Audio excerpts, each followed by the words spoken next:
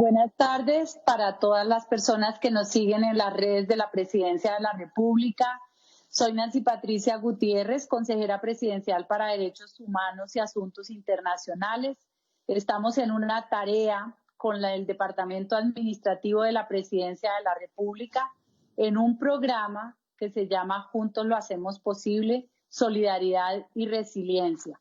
La Consejería Presidencial tiene la obligación de generar articulación con las diferentes entidades del Estado a fin de velar por el respeto y la garantía de los derechos humanos en todo el territorio colombiano.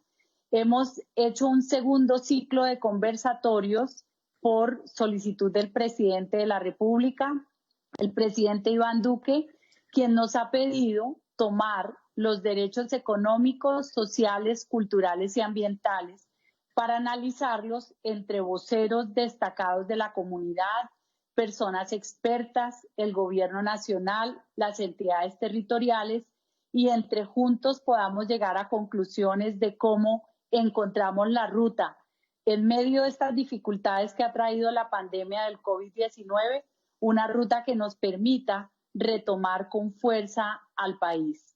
Por eso, en este ciclo, empezando con los derechos económicos, sociales, culturales y ambientales que han sido reconocidos por el Sistema de Naciones Unidas, arrancamos con el tema de la educación, el derecho a la educación que está consagrado en la Carta de Naciones Unidas, que también está consagrado en nuestra Constitución Política Nacional y obviamente es parte de las prioridades del Gobierno Nacional y por eso nos acompaña hoy la señora ministra de Educación. El programa se llama Resiliencia y Solidaridad. Parte de dos conceptos fundamentales. Resiliencia, una palabra y un concepto del presidente Iván Duque que pretende justamente destacar la fuerza que tenemos en Colombia para, a pesar de la adversidad, levantarnos y seguir luchando por un mejor país. Y solidaridad, un concepto que ha sido un llamado de la señora Michelle Bachelet, alta comisionada de Naciones Unidas para los Derechos Humanos, quien ha dicho que la solidaridad es el camino y es la meta que debemos tener como parte de la humanidad. Y definitivamente porque en medio de las dificultades que ha traído la pandemia, la solidaridad es necesaria para tener un principio muy acorde con los derechos humanos y es rescatar la dignidad de todos los seres humanos. Hoy entonces vamos a hablar de educación.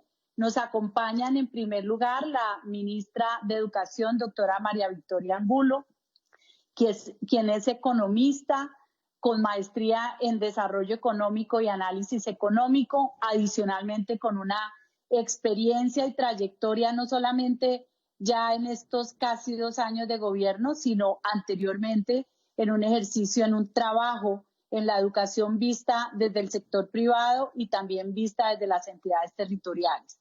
La doctora Andrea Escobar Vila, directora ejecutiva de la Fundación Empresarios por la Educación.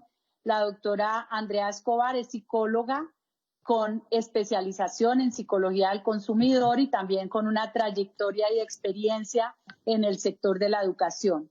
La doctora Luisa Gómez, presidente de la Fundación Compartir, la doctora con una gran experiencia en planeación educativa. Adicionalmente, ha dirigido el programa de desarrollo rural integrado de educación del Plan Decenal de Educación y pues tiene toda una experiencia en el sector de la educación. Y la doctora Yolima Leguizamón, la rectora del Colegio Jorge Bergoglio en la localidad de Suba, aquí en Bogotá, quien es licenciada en Ciencias de la Educación con especialidad en Biología, Administración de Empresas y magíster en Investigación Social, además también con una trayectoria de docente, de rectora, y esta es una conversación que espera de verdad retomar los mejores ejemplos que nos ha dejado el COVID-19, saber en qué va la conversación nacional que se dio desde el año pasado a solicitud de algunos sectores sociales del país y también pensar qué sigue después de esta vivencia y experiencia que hemos tenido. Así es de que nuestra primera tema del día de hoy va encaminado precisamente a saber en qué va la educación preescolar, básica y media, en qué vamos en calidad y cobertura, y obviamente le damos la palabra primero a la ministra María Victoria. Bueno, buenas tardes, un saludo, doctora Nancy Patricia, Andrea, Luisa, Yolima, compañeras de todo el trabajo educativo y a quienes siguen esta convocatoria que la doctora Nancy Patricia ha hecho, como bien nos decía, en torno a dos valores, solidaridad y resiliencia. Creo que son además los que nos tienen que acompañar en el sector educativo. Haría una breve síntesis, doctora Nancy Patricia, de qué metas hemos alcanzado en preescolar, básica y media estos 2 años.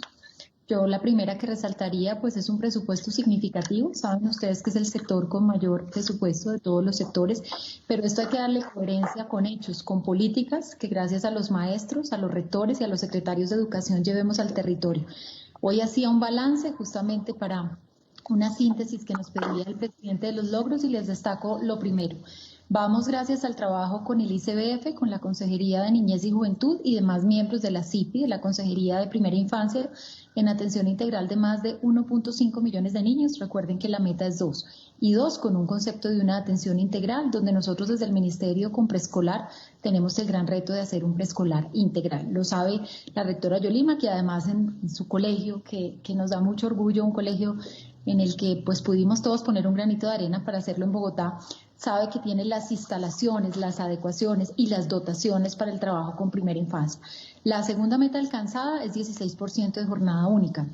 Se preguntarán, pues no solamente cómo hemos llegado allí, sino yo diría que lo más retador ahora, en época de pandemia, es poder tener un acuerdo con los secretarios, con los rectores y generar las innovaciones para que este porcentaje que tenemos de jornada única al momento cobre sentido con el fortalecimiento de las áreas transversales, las áreas de música, cultura y ciencias, que en este momento son una oportunidad, y luego podamos continuar en la medida en que el sistema así lo considere y las condiciones se vayan dando en una alternancia que nos permita, recuerden, llegar a esta meta del 24% de jornada única. Mencionaba ayer el presidente en el discurso, en la instalación en el Congreso, que más de 300.000 bachilleres este año contarán con un doble título. Y más que el doble título es la habilitación laboral y el fortalecimiento de competencias importantes para la vida. Y este trabajo lo hacemos gracias al SENA y gracias también a las Secretarías de Educación. Finalizaría mencionando también todo el trabajo en torno a calidad. Y en el trabajo en calidad resaltaría honrar los compromisos con los maestros, como en este periodo no solamente se ha podido incrementar su remuneración, su bonificación docente, hacer la evaluación docente, sino lo más importante, ir de la mano entendiendo que como gobierno tenemos que acompañar su dignificación y su formación. En este momento está abierta una convocatoria por más de 44.000 millones para formación de docentes en áreas básicas, formación continuada y posgradual. Y justamente con Andrea, que está hoy conectada con nosotros, dimos inicio a la Escuela de Liderazgo, y lo resalto porque reconocer a los rectores de Colombia es muy importante. Son más de 22.000 rectores y su papel es transformador al momento de encarar los retos de la educación. Podríamos sumar más detalles, sé que el tiempo es corto, pero obviamente tenemos las iniciativas en materia de bilingüismo, transformación digital, el PTA, que es el programa central de encarar o acompañar las dinámicas de calidad, y como sabe también la doctora Luisa, pues hemos debatido mucho en torno a la ruralidad. Y con ello yo quiero ir cerrando esta primera intervención. Yo creo que el trabajo en torno a las normales superiores, residencias escolares, mitigar la reducción de la deserción de la ruralidad, generar adecuación a las instituciones educativas rurales es una prioridad. Al momento les cuento que ya hay priorizadas 557 sedes rurales. Y uno de los temas tal vez más retador que encontramos en este gobierno fue una infraestructura con problemas jurídicos e incumplimientos. Poderles contar a hoy que esas 541 infraestructuras están andando, tanto por reasignación de contratos, definición de nuevas pólizas, ajuste pues a los valores mismos, a la realidad del avance de la obra, y un trabajo que incluso ahora en condiciones de pandemia, gracias al liderazgo del FIE, pues ya se ve en una reactivación en el territorio nacional de las obras. Por ahora, doctora Nancy Patricia, creo que allí hice un resumen general de lo que son los logros de estos 2 años. Gracias, ministra. Mucha síntesis en estos resultados. Ahora vamos a saber también cómo están viendo estos resultados y estos avances en materia de cobertura y calidad en preescolar, básica y media. La doctora Andrea Escobar, directora de la Fundación Empresarios por la Educación. Pues muchísimas gracias, consejera, ministra Luisa, Yolima, qué privilegio compartir este encuentro con mujeres, y yo creo que no es gratuito también que estemos aquí mujeres en educación. Históricamente, gran porcentaje de los docentes en nuestro país también han sido mujeres, y eso tiene que remontarse a la historia de todo el ejercicio de cuidar, y eso es muy bonito y muy poderoso, y que se unan muchas más voces. Lo que acaba de presentar la ministra básicamente va mostrando este panorama, y yo me quisiera detener en un punto muy importante que mencionaba la ministra, que es la escuela de liderazgo. A veces cuando empezamos a hablar de los temas de calidad, del ejercicio de cómo cerrar brechas en el sistema educativo, recordar unos actores que son críticos, y más como está organizado nuestro sistema en el país desde la descentralización, que son nuestros directivos docentes. Directivos docentes comprendidos por los rectores, por los coordinadores y todos aquellos líderes que realmente hacen que sean posibles las transformaciones dentro del aula, y que esas transformaciones dentro del aula, por supuesto, generen el aprendizaje de los estudiantes. Yo creo que ahí es uno de los retos más importantes, y en esta pandemia, digamos, en estos tiempos de que tanto estamos hablando de solidaridad y resiliencia, han sido unos actores claves de la transformación, porque en ellos, cada que el gobierno nacional comunica una directriz, gran porcentaje está en manos de ellos, y lo puede decir nuestra rectora aquí presente. Tienen que traducirlo, tienen que transformarlo, tienen que conectarse con la comunidad para lograr que eso suceda y realmente pasen las acciones y pasen los resultados. Apostarle a eso es histórico en un gobierno. Es primera vez que se le apuesta de manera frontal y de manera decidida y clara a apoyar a los directivos, a lograr que esas prácticas educativas realmente de éxito funcionan, crezcan y avancen. Y en general también, pues ya hablando de otros temas, yo creo que aquí hay que hablar un poco para estas metas, la mirada territorial. El enfoque territorial es clave en nuestro país. ¿Por qué? Porque las decisiones no se pueden tomar solamente desde una mirada.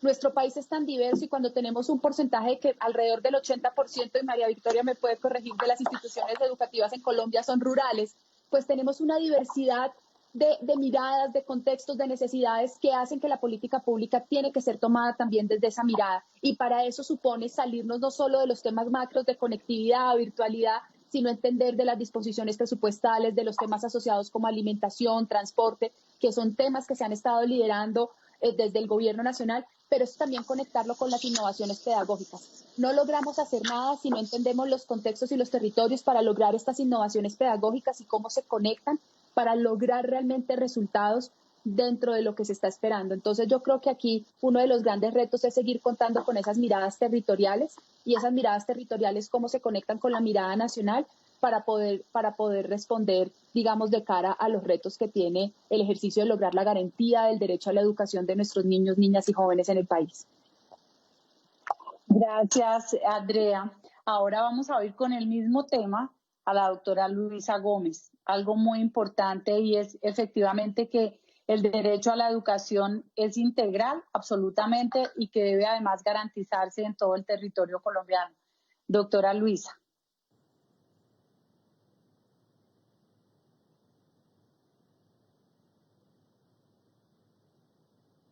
Tal vez el micrófono, doctora Luisa, no le estamos oyendo. Perdón, ese es el comentario más repetido durante la época de la pandemia. Bueno, yo decía que quiero seguir la línea de pensamiento de Andrea en términos de que tenemos que concentrarnos mucho en el tema del aprendizaje, en los tiempos venideros, y yo creo que la ministra de Educación ha sido muy acertada en centrar muchos de los esfuerzos, o la mayoría de los esfuerzos que está haciendo en el Ministerio de Educación, para que realmente no solamente se cumpla con el derecho a la educación, sino con el tema más específico de que se cumpla con el derecho del aprendizaje de los estudiantes. Este enfoque que se ha dado en la revisión de modelos pedagógicos que se acomoden más a las realidades de los estudiantes en los colegios y en los territorios, la revisión de los modelos flexibles que son tan importantes, y también todo el enfoque del PTA en llegar a los maestros, a los colegios en situ, para apoyarlos, para mirar lo que están haciendo y cómo mejorar esas propuestas pedagógicas para que los niños realmente logren aprender, me parece que ha sido muy importante. También quiero resaltar todo el énfasis en el mejoramiento de las competencias socioemocionales de los maestros para que de esa forma puedan atender estos problemas en los estudiantes. Es muy claro que el aprendizaje se mejora cuando la relación del estudiante y el maestro es más cercana, y también cuando estas relaciones son más cercanas con los padres de familia. Entonces yo quiero enfatizar eso, y me parece que en esta época de la pandemia, en donde los padres de familia han sido tan importantes en el proceso de formación, ya se había abierto una ventana a este trabajo mancomunado de escuelas y familias, y ahora el proyecto del Ministerio para la pandemia tiene un énfasis muy importante en estos temas. También quiero enfatizar todo el tema de mejoramiento de las redes de maestros. Yo creo que el Ministerio ha venido desarrollando unos programas muy, muy importantes para apoyar las redes de maestros existentes, y creo que han sido muy juiciosos en escuchar a todos los que hemos trabajado en estos temas, especialmente para que no se generen nuevas redes, sino que se acompañen las que ya existen, que son muy poderosas, y es a través de estas redes de maestros que ellos aprenden más, porque los maestros aprenden mucho de sus compañeros y de sus colegas en el trabajo. Creo que también el tema de apoyar el bienestar de los docentes antes y durante la pandemia ha sido fundamental. Esto tiene mucho que ver con la calidad de la educación, porque solamente con docentes que puedan trabajar bien, que tengan una vida sana, que tengan un bienestar en sus familias y en sus colegios, se pueden desarrollar procesos de enseñanza y de aprendizaje pertinentes. En el sector rural, como decía la ministra, hemos venido trabajando muchísimo con el Ministerio y con los territorios. Es un tema fundamental. La gran brecha que existe en Colombia en términos de aprendizajes está entre el sector rural y el sector urbano, en gran medida porque el sector rural ha sido muy desprotegido a través de los años, y en este momento tenemos que enfocarnos en un pensamiento más de economía social, más que en eficiencia. Es muy cierto que llegar a la ruralidad y a la ruralidad dispersa es costoso, pero hay que hacerlo, porque es la única forma mediante la cual vamos a poder desarrollar los territorios y vamos a poder desarrollar la economía en los territorios, la economía agrícola, la industria y la tecnología. Mil gracias, doctora Luisa. Bueno, ahora con todo respeto le digo a la señora rectora Yolima, nos la vamos a oír, muy ansiosos porque sabemos que su experiencia durante tantos años directamente en la docencia y en la rectoría del colegio nos dejará indiscutiblemente grandes lecciones. Doctora Yolima. Muchas gracias, buenas tardes a todas.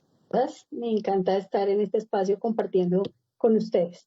Pues yo, ¿qué les puedo decir? Que el Colegio Filarmónico Jorge Mario Bergoglio es tal vez la materialización de todas esas cosas de las que ya han hablado con respecto al tema de la garantía de la calidad de la educación.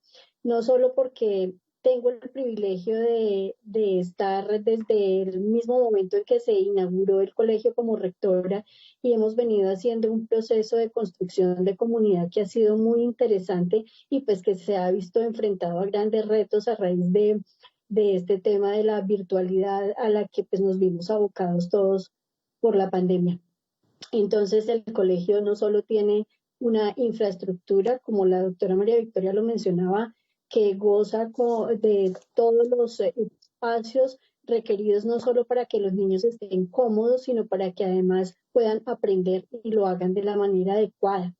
Adicional a eso, pues tenemos la jornada única, que tiene un tiempo adicional de los niños en el colegio, pero que ha privilegiado no solo el tema de las horas de las áreas tradicionales de formación, sino que en nuestro caso ha estado enfocado al aprendizaje de la música filarmónica gracias a un convenio, un aliado que tenemos con la Orquesta Filarmónica de Bogotá y que ha hecho que eso se pueda materializar.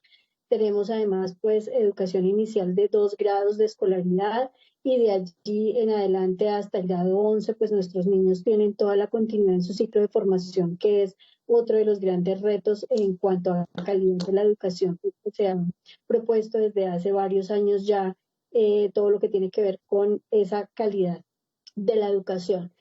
Y pues bueno, en este momento obviamente con grandes retos, muchos aprendizajes hemos venido asumiendo y ajustando todo lo que ha implicado el trabajo con nuestros niños para el aprendizaje en casa. Creo que han sido unos días y unos meses más bien de múltiples aprendizajes, de grandes retos. Mencionaban ahorita 2 que para nosotros han sido fundamentales. El primero tal vez es el tema emocional de toda la comunidad educativa, nuestros niños, pero pues ellos obviamente están en sus hogares y allí también hay un tema emocional que ha sido un verdadero reto asumir y trabajar. Los maestros, por supuesto, que nos vimos abocados a un cambio muy brusco en muy corto tiempo, y todo eso se tiene que conciliar de alguna manera, porque si alguno de los miembros de la comunidad educativa ha flaqueado en lo emocional, pues los demás evidentemente no podrán trabajar. Eso pues digamos que nos ha generado aprendizajes, pero más que eso unos grandes retos. Y de otro lado pues también está todos los ajustes que en lo curricular hemos tenido que hacer, porque habíamos planeado algunas cosas sin querer decir que no se puedan ahora hacer, simplemente hay que hacerlas y hay que hacerlas de manera diferente. Entonces eso digamos que nos ha llevado a sentarnos con muchísima frecuencia con el grupo de maestros, consejo académico, consejo directivo, a ajustar y ajustar y ajustar, es aprender sobre la marcha, pero creo que sobre esa marcha hemos llegado a cambios que han sido importantes y que seguramente después de que regresemos al colegio a trabajar en la presencialidad pues seguirán aplicándose, porque evidentemente nos han hecho comprender que era necesario hacer algunos cambios y pues en eso hemos estado. Muy bien, mil gracias, querida rectora. Bueno, el año pasado el país vivió una serie de marchas, de movilizaciones sociales, y uno de los temas era indiscutiblemente el tema de educación, o ha sido. El presidente Iván Duque pidió al gobierno nacional estar al frente de una estrategia en donde se pudiera conversar, no solamente con los sectores académicos, sino en general con el país, en los territorios, con la academia, con los docentes, con los estudiantes, y al frente de estas mesas ha estado la ministra María Victoria, quien ha tenido una dinámica especial. Sabemos que la educación pues es una preocupación de toda sociedad, pero como les decía, es una de las prioridades del gobierno del presidente Iván Duque. Por eso voy a hacerle la pregunta a la ministra María Victoria: ¿en qué va el tema de la conversación nacional? ¿Qué logros, qué avances y qué ha pasado? Porque el país también se pregunta es en esto qué ocurrió y qué realmente se ha logrado. Ministra María Victoria. Bueno, gracias, doctora Nancy Patricia. Yo quisiera poner los siguientes temas sobre la mesa, y es que han sido 2 años, ahora que estamos en balance de este tiempo de trabajo en el Gobierno Nacional, de permanentes espacios de escucha con el sector. Y lo menciono más allá solo de la conversación nacional.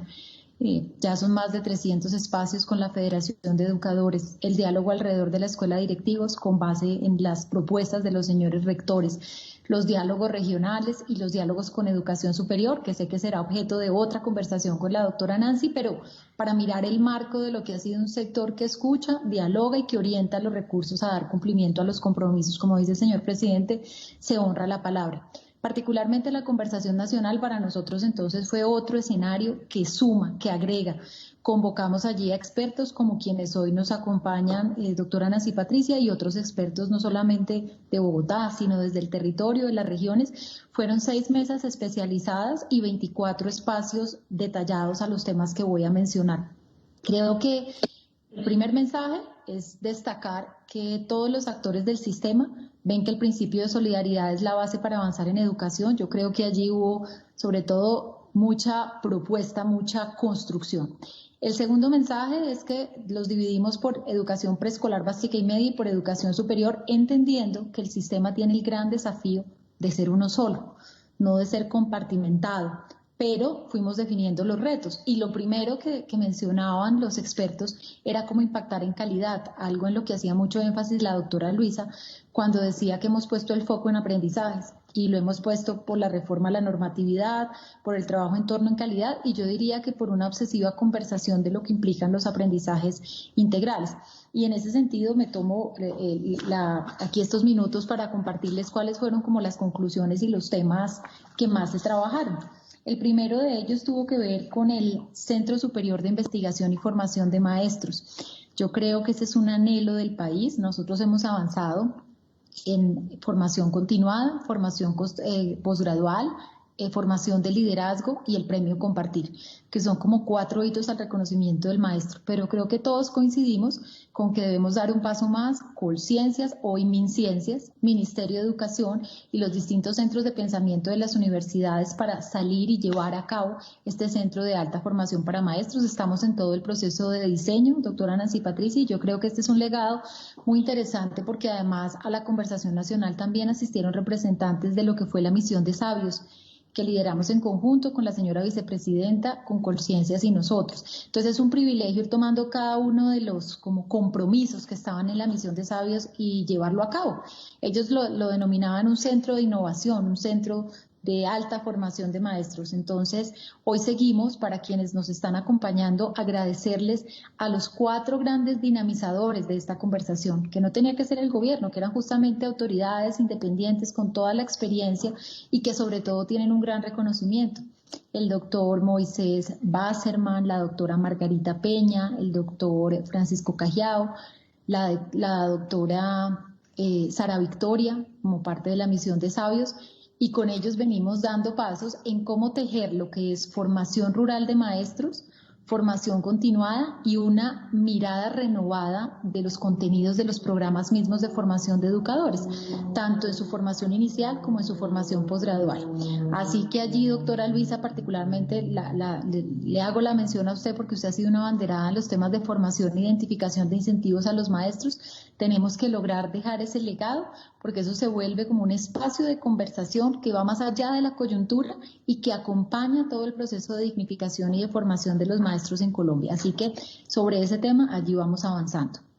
El segundo tema también lo mencionaba todas las participantes y es un modelo basado en aprendizajes y lo decía con fuerza la doctora Luisa. Yo creo que para ello estamos haciendo un esfuerzo muy importante de remirar el PTA. ¿Qué es el PTA? El programa Todos Aprender. El programa Todos Aprender lleva más de 8 años y mal haríamos como gobierno en haber desconocido esa experiencia. No, por lo contrario, había que cosecharla e identificar qué énfasis podíamos darle. La señora viceministra en muy buena hora puso sobre la mesa temas como atarlo a primera infancia para que tuviera una visión de trayectoria en el sistema, recoger la obsesión porque el programa impacta en aprendizajes y para ello acompañar tanto en la formación de lo que son los tutores, los facilitadores, todo el equipo del PTA, la entrega de textos escolares, las redes de maestros, el trabajo en torno a aprendizajes. En paralelo, el ICFES, pues que es la entidad en Colombia especializada en evaluaciones, también hizo un trabajo muy interesante con las 2 directoras que nos han acompañado en retomar tanto las pruebas para básica, para media y secundaria, en un continuo en torno a aprendizajes. Y particularmente en educación superior también se cambió todo el sistema de aseguramiento de calidad, tanto en registro calificado como en acreditación de alta calidad en torno a aprendizajes. Entonces allí vamos avanzando. Obviamente, doctora Nancy Patricia, la pandemia sí que resalta el foco en aprendizajes, en las brechas, porque es innegable que la realidad que estamos viviendo primero ha requerido el concurso de todos. Los esfuerzos son innegables de los papás, de los maestros, de los rectores. todos con un propósito común y es acompañar para que no se detenga el proceso de formación. Pero es muy distinta la realidad en una parte de Colombia que cuenta con conectividad, donde no se cuenta con conectividad.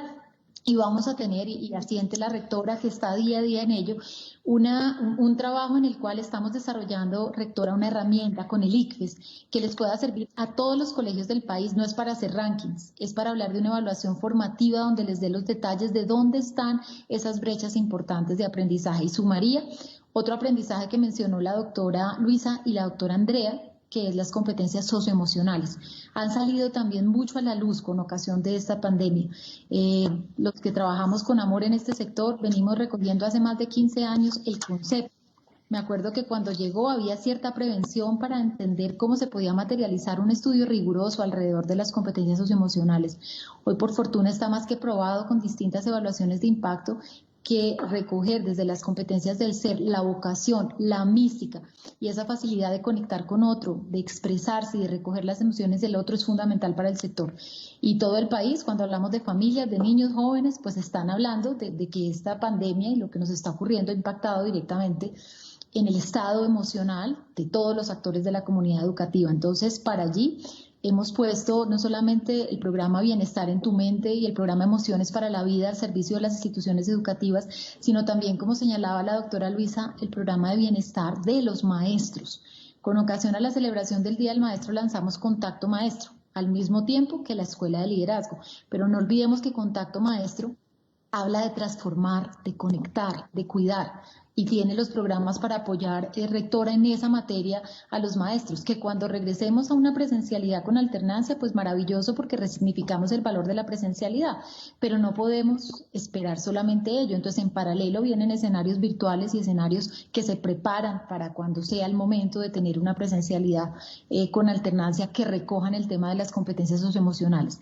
Otro compromiso de la conversación nacional tenía que ver con la Alianza Familia-Escuela, y me es muy grato compartir que gracias al esfuerzo del Viceministerio de Educación Preescolar Básica y Media, de las asociaciones de padres de familia, tengo que rescatar muchísimo la voz que ha tenido también Red Papás, de los rectores, de los secretarios de educación, materializamos un anhelo que el señor presidente lo había expresado desde la campaña. Luego lo incluimos en el plan de desarrollo. Y recordarán quienes hoy están aquí conmigo conversando que llevamos los últimos años diciendo que América Latina tenía que reposicionar esa relación familia-escuela, donde no solamente fuera un retroalimentar sobre avances en desempeño escolar, sino que tomara múltiples instancias, incluso de la vida diaria de los padres, los espacios de lúdica, los espacios laborales y también, obviamente, la interacción con la escuela. Lo lanzamos el pasado 13 de julio. Rápidamente les cuento que en el portal Aprender Digital está una colección de contenidos de cuidado, crianza y desarrollo con 12 volúmenes que acompañan toda la trayectoria educativa. Ayer era el lunes festivo, pero todos los lunes tradicionalmente en el horario de Tu Profe en Casa, el programa está dedicado para los padres de familia. Vamos a generar espacios como el que tiene la doctora Nancy Patricia, webinars especializados con padres de familia. Trajimos 2 expertos internacionales que lo que hicieron fue motivarnos a saber entender cuál es el rol de familia-escuela y dónde se encuentran. Y creo que Colombia tiene un resultado maravilloso estos 4 meses y ha sido un protagonismo generoso de los papás en acercarse mucho más a los procesos educativos. Reto de todos nosotros, cultivarlo y ya materializar lo que son las metas de este proyecto Alianza Escuela. Termino con 2 proyectos más que contemplaba la conversación nacional. Uno de ellos, lo que es Escuela de Naturaleza, fomentar la conservación de la biodiversidad para lograr armonía con la naturaleza. Yo creo que si uno va a cualquier reunión de jóvenes, de niños, del sector educación en general, resaltan 2 temas, el medioambiental y la transparencia. Y creemos que el sector educación no se puede quedar al margen de este proceso. Este proyecto sobre biodiversidad lo estamos trabajando con el ministro Ricardo. Obviamente el sector educativo tiene los PRAE de tiempo atrás, entonces ya venimos con una experiencia y esperamos cuando podamos retornar a una presencialidad con alternancia darle curso a este proyecto, al igual que a esta figura también de veedores de la educación con el apoyo de la ESAP, que tengan una figura activa como lo anhelaba también la doctora Nancy en su anterior rol en el Ministerio de Interior, que era oír a estos jóvenes y siendo también protagonistas de espacios de transformación regional. Y finalmente el proyecto de transformación del ICETEX, una reforma colegiada de todos los actores.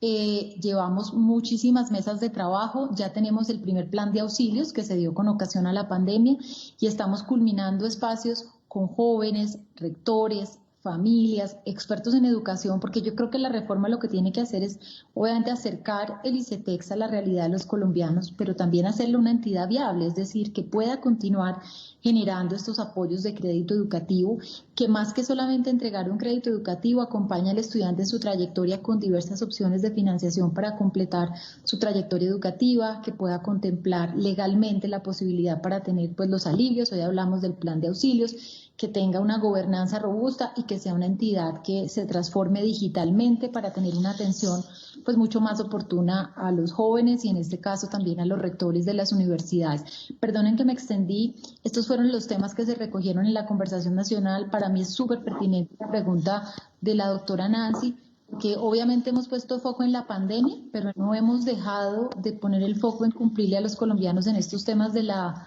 conversación nacional. Y como mencionaba el presidente, si bien hay unos que ya vienen dando curso, nosotros pues esperamos en este segundo semestre del año poder llevar al Congreso ya después de recoger todas las voces el proyecto de reforma del ICETEX y las demás iniciativas que les acabé de mencionar que ya son de corte pues del Ministerio dentro de sus programas de inversión que ya vienen andando. Gracias, ministra. Y es que es muy importante, hoy lamentablemente no nos pudo acompañar el doctor Diego Molano, que es el director del Departamento Administrativo de la Presidencia de la República y quien ha estado al frente de este diálogo nacional derivado pues de el trabajo desde noviembre del año pasado. Esperamos que en los próximos programas, porque el tema de educación continuará el próximo jueves y el siguiente martes, en los próximos programas nos pueda acompañar.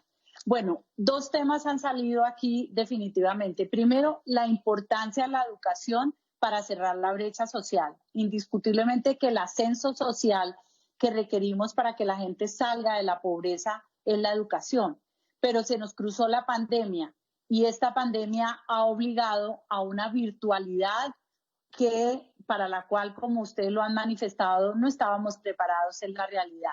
Vamos a oír de ustedes el testimonio, qué aprendizajes nos ha dejado esta circunstancia y sobre todo cuál es el énfasis, porque la pandemia pues continúa, no la hemos podido superar, a efectos de garantizar el acceso y la calidad, sobre todo a aquellos sectores de la población que por circunstancias de falta de capacidad económica, por un bajo poder adquisitivo o por temas de conectividad, les es muy difícil a los niños, a las niñas y a los jóvenes estar en estas actividades virtuales. ¿Cómo les garantizamos que tengan el acceso y que haya calidad para dar la garantía del cierre de brecha social? Vamos a comenzar entonces con la doctora Yolima, con su experiencia como rectora. Bueno, muchas gracias. Aprendizajes muchos. Creo que se han mencionado en la conversación algunos de ellos, de los más importantes. Uno, es todo el tema socioemocional de todos los actores de la comunidad educativa. ¿Por qué? Porque son el pilar fundamental para que todo lo demás se pueda construir. Y en el Colegio Filarmónico, por ejemplo, en algún momento dijimos, vamos a hacer un pare aquí, un pare porque no podemos seguir avanzando con temáticas que seguramente de las áreas, de las asignaturas teníamos planeadas si nuestra parte emocional no está bien. Y eso nos llevó a buscar varias herramientas que nos han servido mucho para que esos pilares nos permitan construir muchas otras cosas.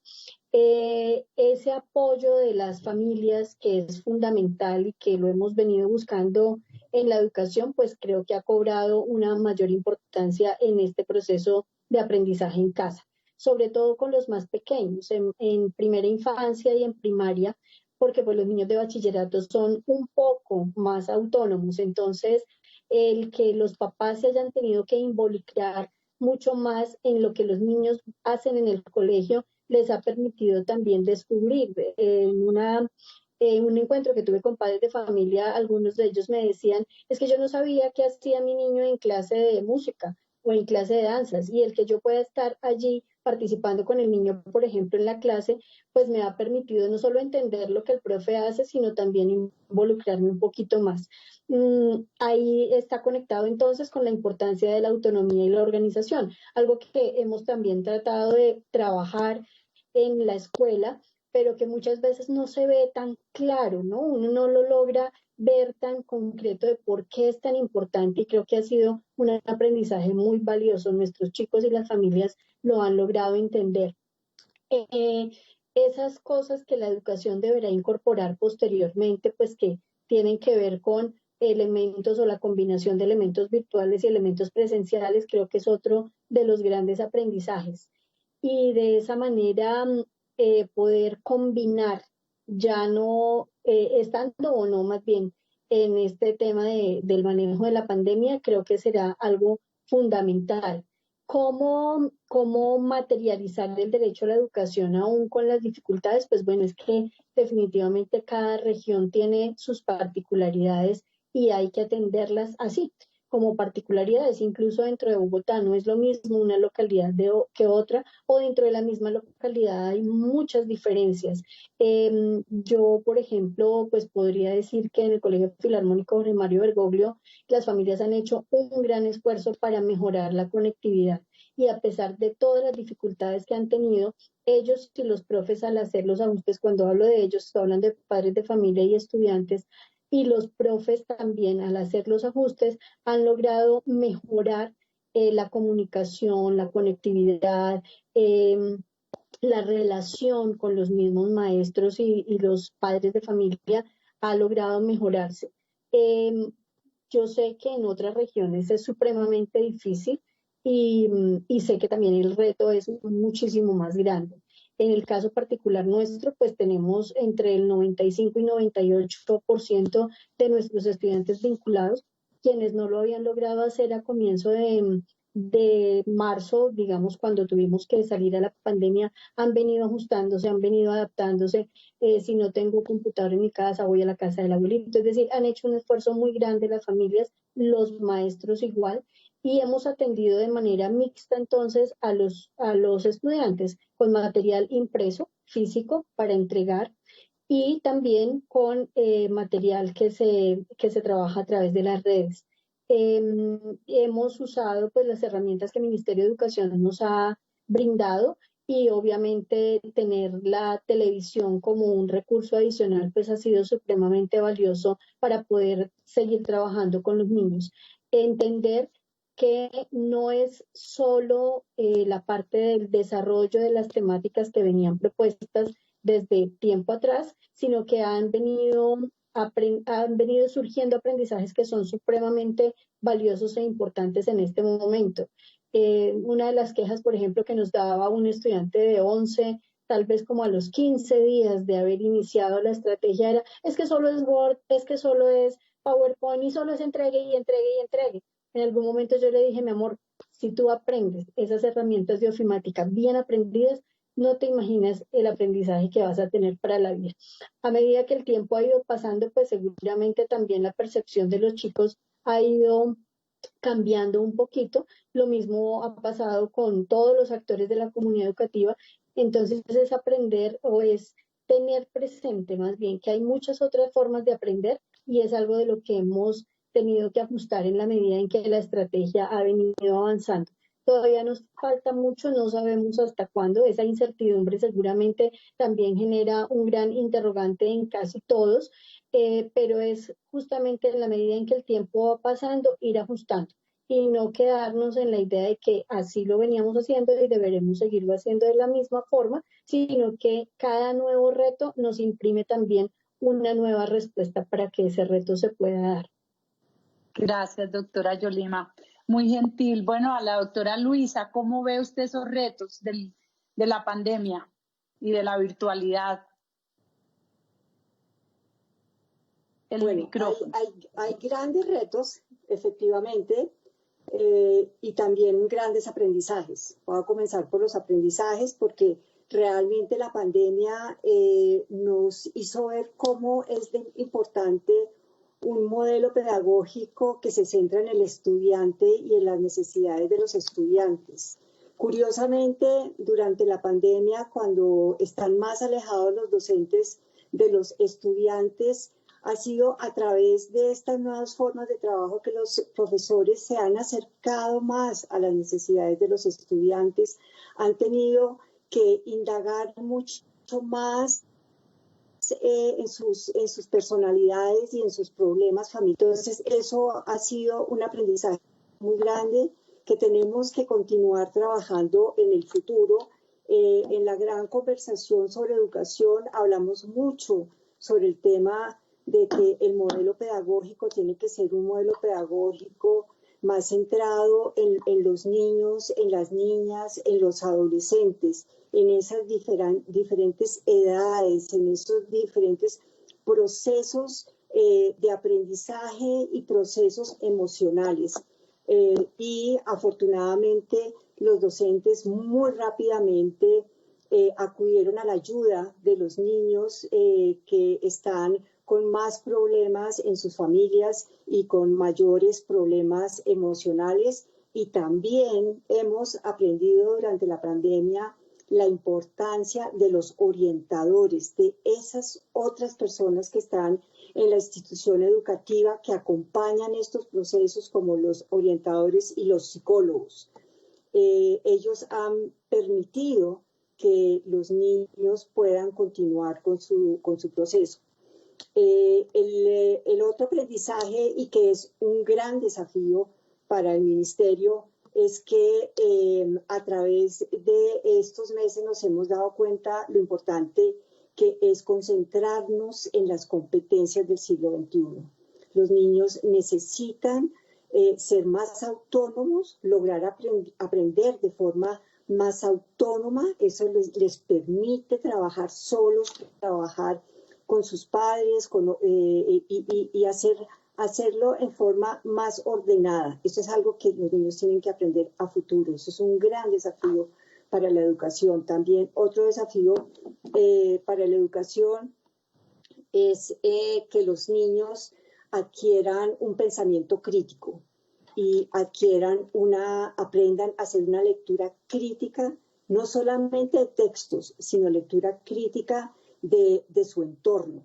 Eso también es un desafío que tenemos a futuro, un aprendizaje que tenemos durante la pandemia, ya que ha sido una oportunidad para muchos maestros. Los territorios realmente han sido una oportunidad para los maestros, para que los niños se conecten más con sus familias, con sus realidades, y aprendan de esas realidades del entorno, aprendan de esos problemas ambientales de los que hablaba la ministra. Todos estos han sido aprendizajes y van a ser desafíos hacia el futuro. El otro gran desafío hacia el futuro son los docentes. En la pandemia hemos visto la importancia que tiene el docente en el proceso de aprendizaje. Los docentes han sido centrales en este momento tan difícil de la educación, no solamente en Colombia, sino en el mundo. Ellos han sido los más resilientes.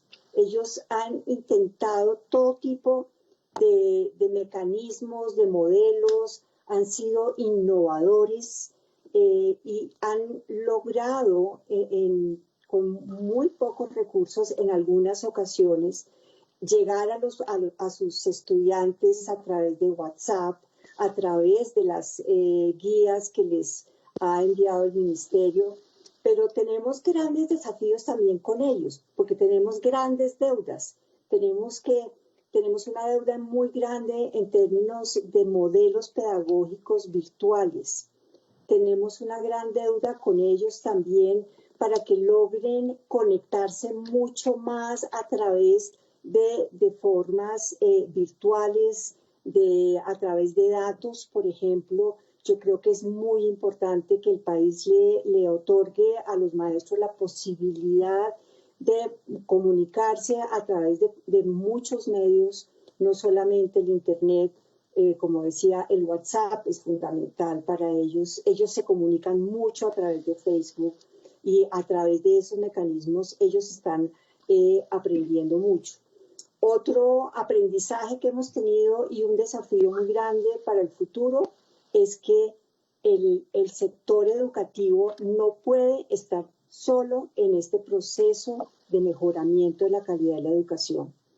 El sector educativo requiere de todo el entorno económico, cultural y desarrollo en los territorios para lograr mayores aprendizajes. Un Ministerio de Educación sin las comunicaciones, sin un gran apoyo del Ministerio de Tecnología, que lo ha tenido, pero se requiere mucho más. Para ese ministerio va a ser muy difícil avanzar aún después de la pandemia. También se requiere un apoyo muy grande del Ministerio de Salud. Se requiere un estado de bienestar social para que las familias tengan mayor bienestar en los hogares, porque gran parte de los procesos educativos de los niños, de los pequeños, se da porque tienen una mejor alimentación, porque tienen un mejor servicio de salud, porque los padres tienen más apoyo. Nosotros tenemos el Instituto de Bienestar Familiar, que debería tener un radio de atención muchísimo más grande para los niños, para los jóvenes. Y en el campo, pues el Ministerio de Agricultura y el Ministerio de Trabajo a través del SENA. En resumen, el gran desafío para el país en términos de educación es que apoyar al Ministerio de Educación para que se pueda llevar a cabo un trabajo más amplio, porque el proceso de aprendizaje no solamente se da a través de proyectos educativos y de los docentes, sino se da a través de un entorno, de una economía de bienestar social que le permita a estos niños aprender más y mejor. Mil gracias, doctora Luisa. Les confieso que estamos recibiendo muchísimas preguntas de las personas que están conectadas a las redes sociales, lo que quiere decir es que hay gran interés en el tema de educación. Vamos a oír frente a los desafíos y a las experiencias vividas por este COVID a Andrea y bueno, yo tengo varias preguntas, voy a escoger aquí porque nos quedan pocos minutos, pero le doy la palabra a la doctora Andrea sobre el COVID-19. Muchas gracias, consejera. Pues aquí me la dejaron ustedes súper difícil porque creo que puedo responder igual a todas las intervenciones anteriores. Pero yo creo que a veces alguien en estos días me dijo, pero no podemos ser tan optimistas. Y yo les decía, sí, este tiempo yo creo que lo que nos está dejando es un gran optimismo en el sector educativo, porque lo que nos ha mostrado es que sí se puede trabajar en equipo y que sí podemos, y voy a nombrar unas palabras que para mí han sido reveladoras en estos tiempos. Primero, comunicación asertiva. La comunicación asertiva ha sido el todo. Desde el día 1, el conectarse los directivos, conectarse las secretarías de educación, conectarse el ministerio, conectarse el sector privado. Nosotros que podemos tener la posibilidad de rápidamente organizarnos y llegar a las instituciones. La flexibilidad, algo que nos cuesta mucho trabajo en el sector educativo, y es esa capacidad de desacomodarnos y decir, ok, podemos construirlo desde otras miradas y otras ópticas. Este tiempo nos ha invitado a ser flexibles, a entender que me tengo que reorganizar para lograr algo que es crítico, que no lo hemos mencionado de manera explícita, y es lograr que nuestros niños, niñas y jóvenes no se desconecten del sistema educativo, porque a toda costa tenemos que protegernos y protegerlos para que sigan conectados, porque una vez se desconecten es muy difícil lograr que otra vez estén cercanos al sistema educativo. La confianza. Hemos sido resilientes, pero todo este proceso ha sido un proceso de redescubrir el significado y el valor de la confianza a nuestros maestros, la confianza a la propia familia, la confianza en el aprendizaje de los estudiantes. Uno de los grandes darse cuentas ha sido también, que lo han mencionado, y es cómo las familias se han dado cuenta, es que lo que pasa es que me cuesta un poquito trabajo entender los problemas matemáticos, ¿qué será que está pasando? Pero al mismo tiempo comprender qué está pasando en ese proceso de aprendizaje, conocer el contexto. En una conversación con un directivo docente decía, una de las cosas más valiosas que he encontrado es que casi que me he entrado a la casa de mis alumnos, porque como ahora nos vemos en video, veo cómo viven, o a veces me mandan una foto. Entonces, ha conectado el sistema educativo con las casas, con las realidades, y esto también ha permitido comprender cómo crear estos programas.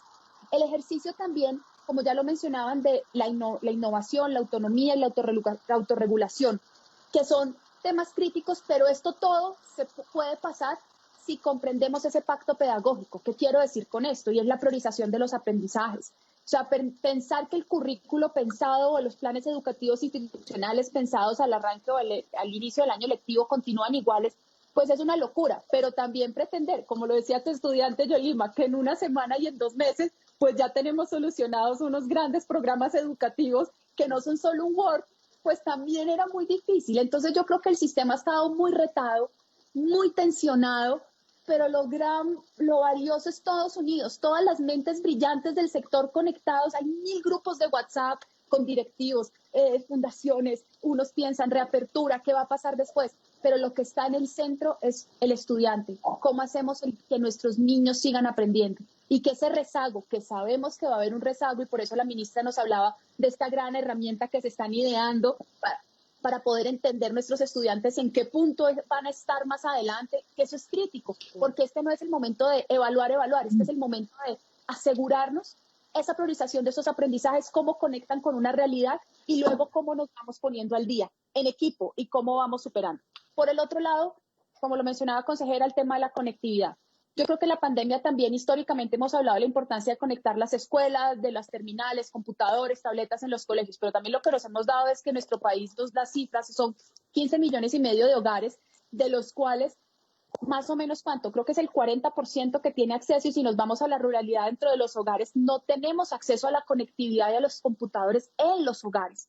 Esto supone un reto distinto, y esto supone un reto, y es que la conversación supera, como mencionaba Luisa, al sector educativo. Esto va a un tema de sociedad, y es que cómo logramos que también los hogares tengan ese acceso a conectividad, y eso conecta con un ejercicio que es insertar ese lenguaje digital en las casas, que las familias también tengan competencias digitales, que los estudiantes tengan competencias digitales, porque no porque hayan nacido en un mundo ya conectado significa que tengamos las competencias para hacer buen uso de los mismos, para entender que es una herramienta de estudio, que es una herramienta de trabajo, y para comprender. Entonces, insertar eso también hace y supone que cerremos esa brecha digital que tenemos, porque la brecha no es solamente de herramientas, no ganamos nada ya hoy entregando conectividad y computadores a todo el mundo, pero si esto no tiene un andamiaje, un anclaje de contenidos, de metodologías, de procesos para lograr un resultado. Y creo que ese es uno de los retos que se viene ahora, cómo concilias eso y también comprendes eso, cómo se conecta con los hogares. Espero haber respondido la pregunta en esos dos frentes. Gracias, Andrea. Bueno, como se nos acabó el tiempo, yo voy a aprovechar este cierre para que la ministra nos diga también las estrategias, obviamente, del ministerio en medio de esta excepcionalidad que la conocemos, porque el presidente Iván Duque todos los días a las 6 de la tarde, en un ejercicio de transparencia y comunicación permanente de lo que han sido las decisiones de gobierno, ha estado conectado a través de los medios digitales para efectivamente poder llegar a todo el país dando a conocer las medidas del gobierno. Dos cosas, ministra María Victoria. La primera pregunta, hay muchas, pero cogí la primera y la última. La primera dice, ministra, con todo respeto, es muy grave que las mamás armen jardines clandestinos en sus casas sin poder garantizar los mínimos protocolos de bioseguridad. ¿No sería mejor garantizar que puedan abrir los colegios que puedan garantizar la bioseguridad? Una. Y la última dice, ¿cuáles herramientas tiene el gobierno o las diferentes organizaciones para llegar a los niños, niñas y adolescentes de zonas rurales o de familias que no tienen ingresos para pagar la conectividad? Doctora María Victoria. Bueno, muy bien, doctora Nancy, y me imagino que hay muchas inquietudes. Este tema educativo yo creo que recoge todos los corazones, la gente se mueve por los hijos, los sobrinos, y eso es lo bonito del sector. Y como ha dicho la alta consejera del señor presidente, pues nos ha permitido irles informando a los colombianos. Ya van, alta consejera, 14 programas donde el tema ha sido el tema educativo, y recojo allí como lo principal acorde a las inquietudes que nos presentan. Lo primero es contarle no sé el nombre exactamente de quién nos escribió, pero la primera pregunta, quién la formuló, que para eso el 13 de junio publicamos los protocolos, que además es una invitación a todos quienes están conectados, los lean, porque les permiten ver que prepararnos para una presencialidad con alternancia tiene que tener rigor, recursos y pues obviamente un tiempo de preparación y obviamente haber hecho una lectura de contexto, porque es muy distinta la situación en este momento, por ejemplo, en Bogotá o en Atlántico, al hablar de Arauca o al hablar de Casanare. Entonces, ¿por qué le cuento esto a la amiga que nos sigue? Porque claramente estos protocolos permiten la reapertura, pero en los tiempos y momentos adecuados. Contarle a ella que nosotros ya entregamos en este momento recursos a todas las secretarías de educación para lo que son las compras básicas iniciales de temas que imaginarán ustedes, como jabón, tapabocas, etcétera, y les comenzamos a dar unos recursos adicionales a quienes nos plantean estos pilotos de alternancia, que pueden ser finales de agosto, septiembre, cuando las condiciones vayan estando dadas en municipios no COVID y de baja afectación. Eso es bien importante decirle, entonces, que sí hay la voluntad, hay los recursos, hay que hacerlo, como dicen las compañeras de panel, en equipo, con muy buena información, además de la familia, conocer información del niño, de los padres, de sus comorbilidades. Aquí la voz de los padres es la que se escucha, lo sabe la rectora. Ella va haciendo propuestas y va escuchando la realidad de cada familia para que no se trate pues de un desafío, no, de un trabajo en equipo por ir preparándonos para algo que todas han mencionado, y es un regreso donde entendamos también el valor de la presencialidad y lo sumemos también a otro universo que apareció para todos nosotros, y es también la posibilidad de nuevos formatos que complementan el trabajo que se haga en presencialidad. Ese sería el mensaje, y recordarle a la mamá que nos consultó que la normatividad está vigente para jardines y colegios, tanto públicos y privados. Entonces es muy importante saber en qué ciudad está localizada, y el trabajo con todos los secretarios de educación, que no me canso de darles las gracias porque ha sido decidido, responsable, con escucha en uno de los momentos pues más difíciles de la educación.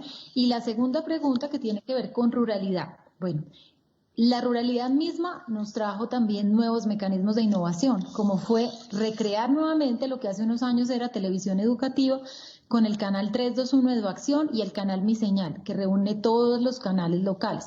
Se sumaron 1.200 emisoras comunitarias. Les doy una primicia, y es que esta semana lanzamos un programa de radio para promoción de la lectura, muy bonito, de lectura en familia, donde va a ser la voz de las regiones las que va a protagonizar, solo por darles un ejemplo.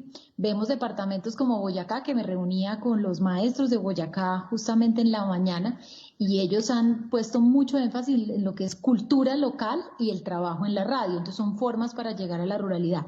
No desconocemos que es una prioridad la conexión del país y la conexión de las escuelas, pero ¿qué datos les puedo ir dando de cómo vamos trabajando con la ministra TIC, que es una abanderada del tema y está totalmente comprometida? Primero, entregamos inicialmente 83.000 equipos, y lo entregamos en zona rural y particularmente a los estudiantes de media.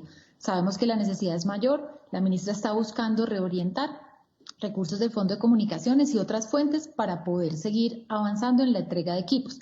Segundo tema, hablaban muchas de las panelistas de plan de datos o de un costo que realmente reflejara lo que hemos denominado un Internet social, que tenga una tarifa muy subsidiada, una tarifa estable hasta el 2003. Lanzamos este programa con la ministra Karen para más de 500.000 familias.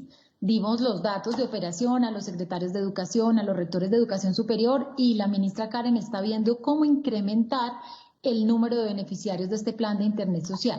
Y hay una tercera estrategia, y es que recuerden que el presidente Iván Duque desde campaña había propuesto una reforma a las telecomunicaciones. Vino la ley TIC, tomó un tránsito en el Congreso pues de año y medio, y lo bueno fue que fue aprobado, como lo sabe la consejera que estuvo trabajando en ello, y este proyecto de ley contemplaba conectar 10.000 escuelas, al 2022. Para ese momento, pues eso ya era un salto grande. Evidentemente en tiempos de pandemia hay que acelerarlo siempre. Entonces también tenemos a la ministra Karen revisando recursos de lo que fue todo el proceso de subasta, compromiso de los operadores, y mirando cómo podemos ir adelantando. Ya estuvo hace más de un mes, por ejemplo, generando una propuesta de conexión en Amazonas. Y así va a ir por cada uno de los territorios. Nos han buscado mucho los gobernadores, los alcaldes, con recursos de regalías, cómo sumar y cómo llevar propuestas alternativas de conexión, entendiendo ciertas restricciones mientras ya pues llega la provisión pues de conectividad que contempla el mismo proyecto de ley. Entonces en eso estamos, y mencionaba la rectora algo que también es muy válido para la ruralidad, y es la entrega de textos, la entrega de guías. Y hay algo muy bonito, y fue una denominación que muchas secretarías acuñaron, y se llama el mensajero pedagógico, que es ese proceso de entrega de estos textos que van con mensajes cargados de cariño, de posibilidades y de, como dijeron mis compañeras de panel, entender mejor la realidad de cada niño en la ruralidad. Y en el entretanto tenemos restricciones de conectividad, tratar de estar muy cerquita de ellos y de sus padres para acompañar el proceso. Gracias, ministra María Victoria. Gracias a las panelistas. Sí, fue una coincidencia que hoy estuviéramos solamente mujeres en el programa. No se trata de excluir a los hombres, ni más faltaba. Pero bueno, este ha sido un extraordinario programa. También les comento a todas las personas que nos siguen que el próximo jueves estaremos hablando de educación superior, y el próximo martes estaremos hablando de virtualidad y conectividad, precisamente lo que viene en el futuro sobre la virtualidad. Les agradecemos muchísimo y sabemos que en la medida en que haya solidaridad en Colombia, tendremos la resiliencia para encontrar el camino y seguir adelante como lo viene buscando el presidente Iván Duque. Gracias a todas. Buena tarde. Gracias. Muchas gracias. Chao.